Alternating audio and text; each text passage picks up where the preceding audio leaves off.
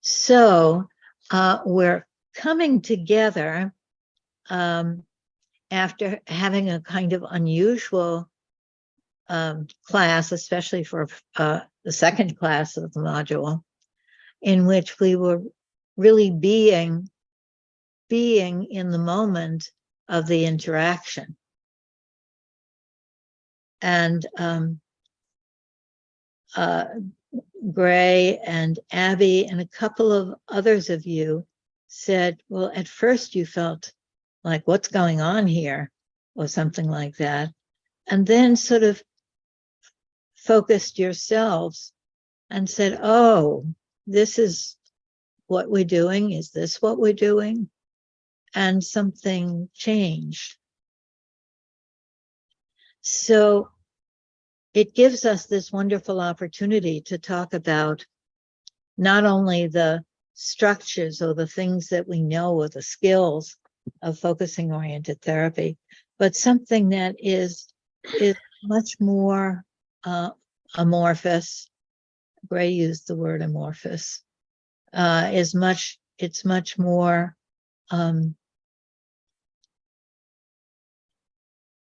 subtle. And that is this attitude of FOT, which is the sort of background and sometimes foreground of what we're doing as therapists. Again, after reading the following excerpt from On Client-Centered and Experiential Psychotherapy, an interview with Eugene Genlin, I suggested to Lynn that it seemed he was describing yesterday's class. Shall the teacher present information, or shall the teacher make discussion, or shall the teacher do both, or whatever? It's still in the old form, as if there has got to be a structure. A class has to be this, or this, or this. And clearly, we are going to have a different kind of structure in which the people there will participate in changing it as they need it each time. So the whole issue of structure, what is structure? Jean is saying it's still in the old form if we decide to have a discussion or we decide to share skills or information. And what that old way that we think of structure, I think, is inevitable, right? We have to have, as teachers or therapists or holders of a group, we have to have a kind of map, a kind of sense of where we're going. And I, like many of you probably, plan and think about it. And I want to remember to say this and this and this. And then I have the workshop or the group or the client, and it's all different than what I thought, because we're making the structure and changing the structure as we're going along, but we're still relying on it. There's something comforting about knowing there is a structure and that we have something in mind. And the structure, what is a structure? It's a kind of map, a kind of frame, a kind of predictability, even a kind of ritual of how we go about things.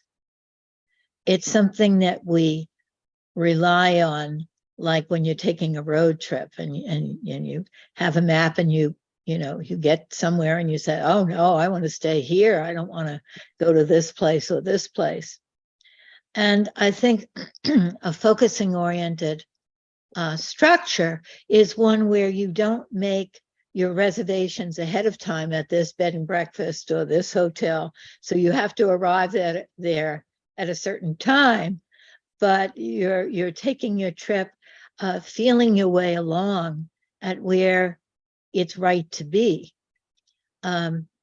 So a structure is a way of thinking about what we're doing together.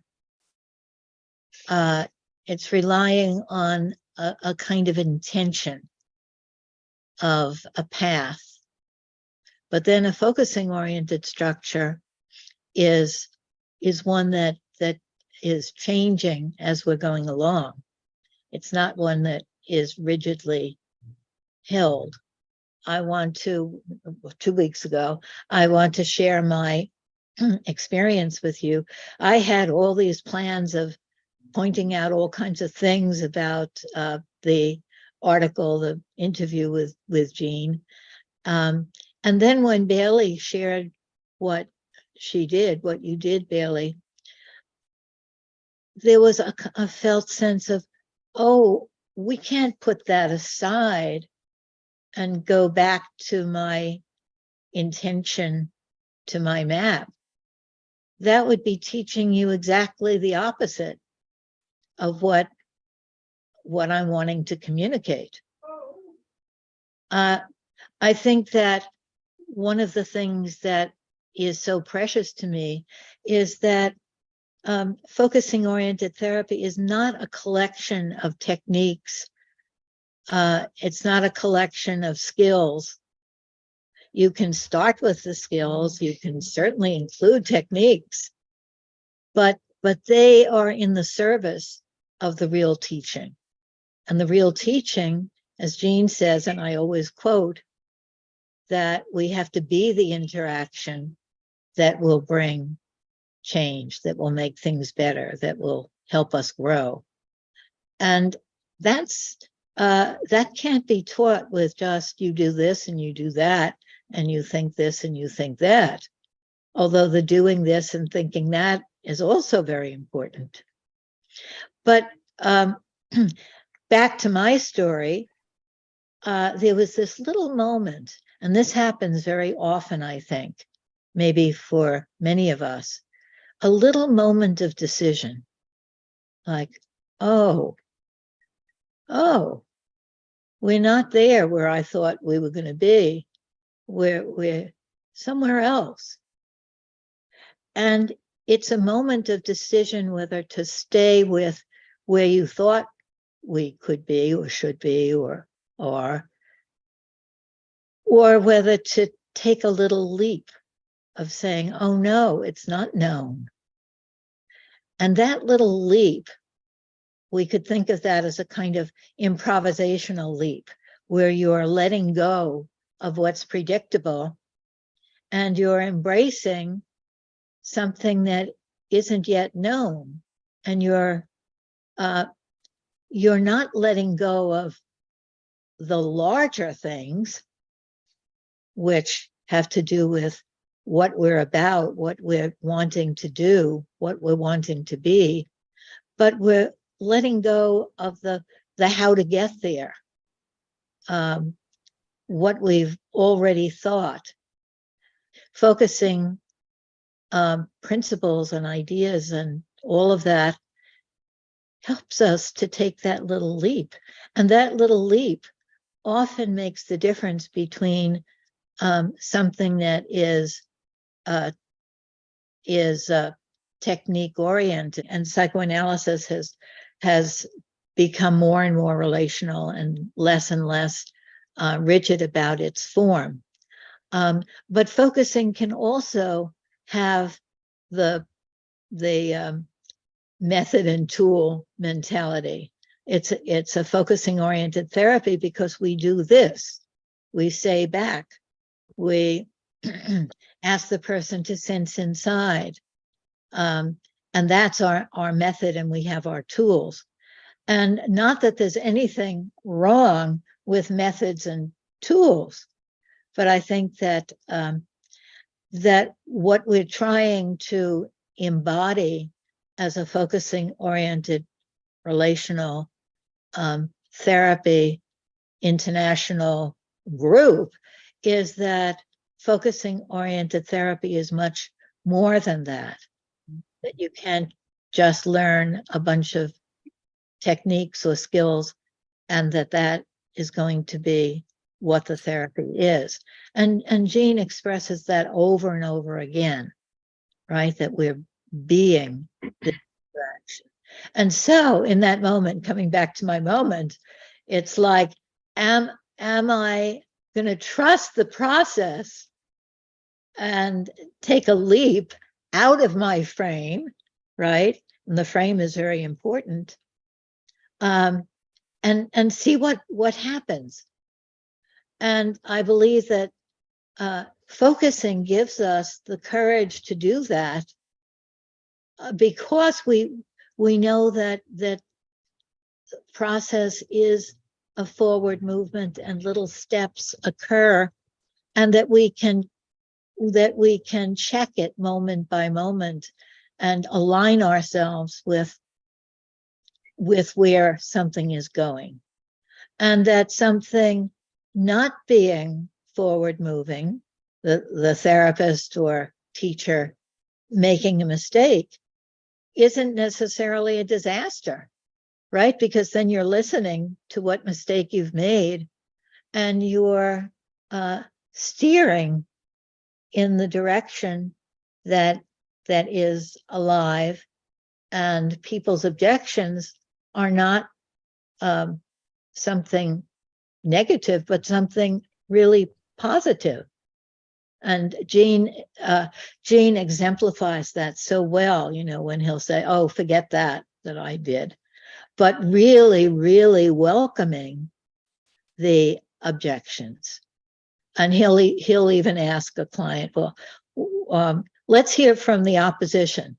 And I'd like to do that today, right? To ask you all, let's hear from the opposition, because I'm saying something with a lot of conviction, and something that you may not agree with.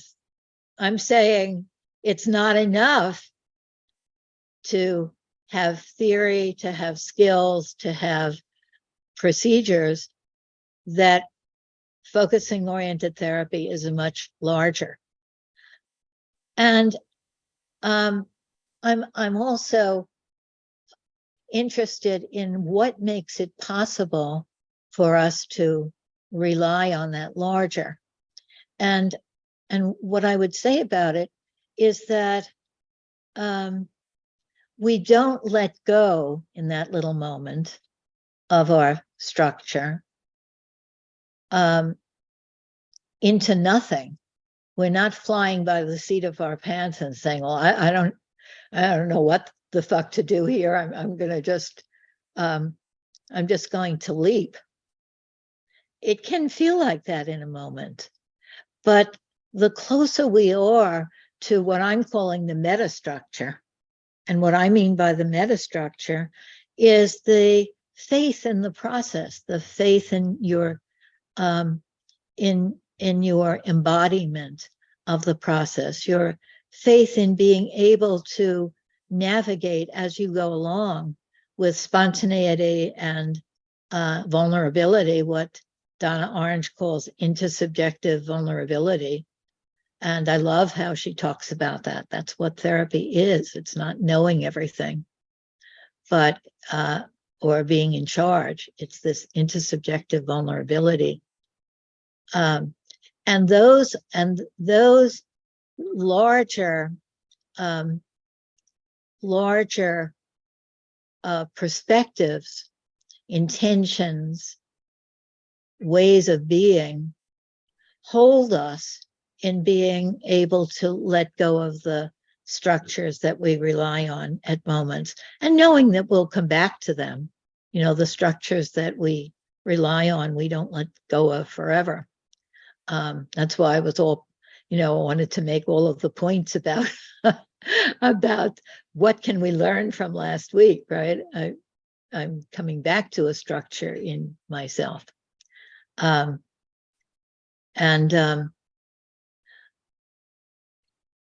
Orange talks about the fundamental meta structure of self-psychology is empathy, relationally understood, as she says. The metastructure of FOT, I believe, is deep listening, to the carrying forward, to the what hasn't been said yet, to where it's going, and the checking.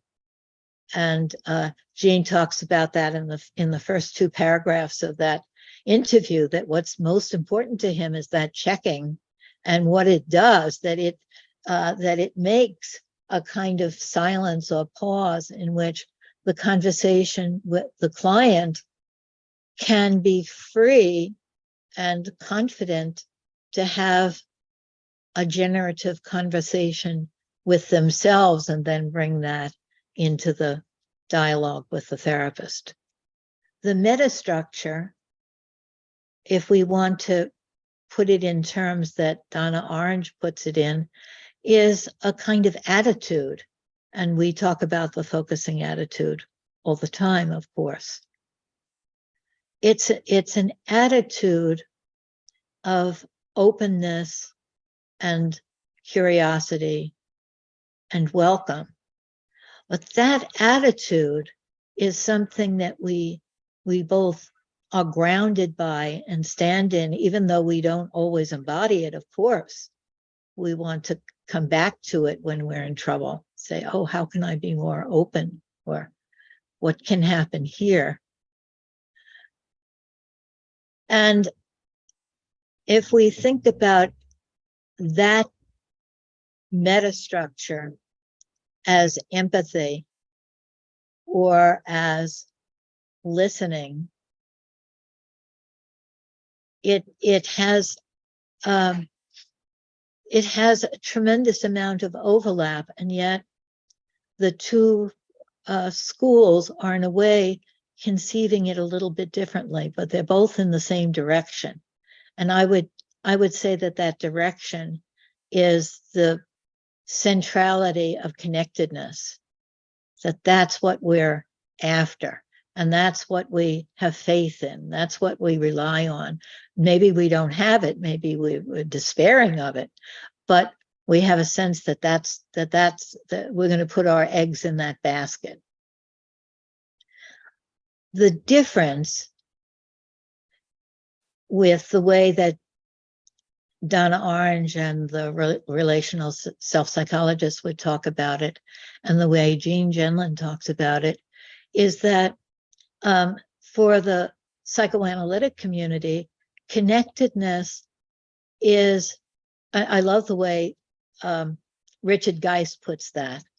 It's being an alive presence in each other's lives, an alive presence in each other's lives. And you could feel when what you're doing is making that presence, that connectedness more, and you can feel when it's making it less, when you're further away from it, and you're sort of trying to navigate that.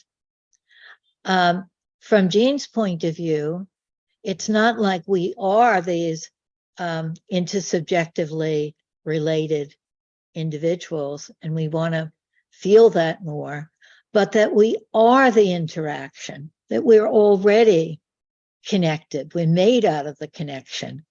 And then we can rely on the connection that we're made out of to feel into it. And so there's a whole other philosophical step of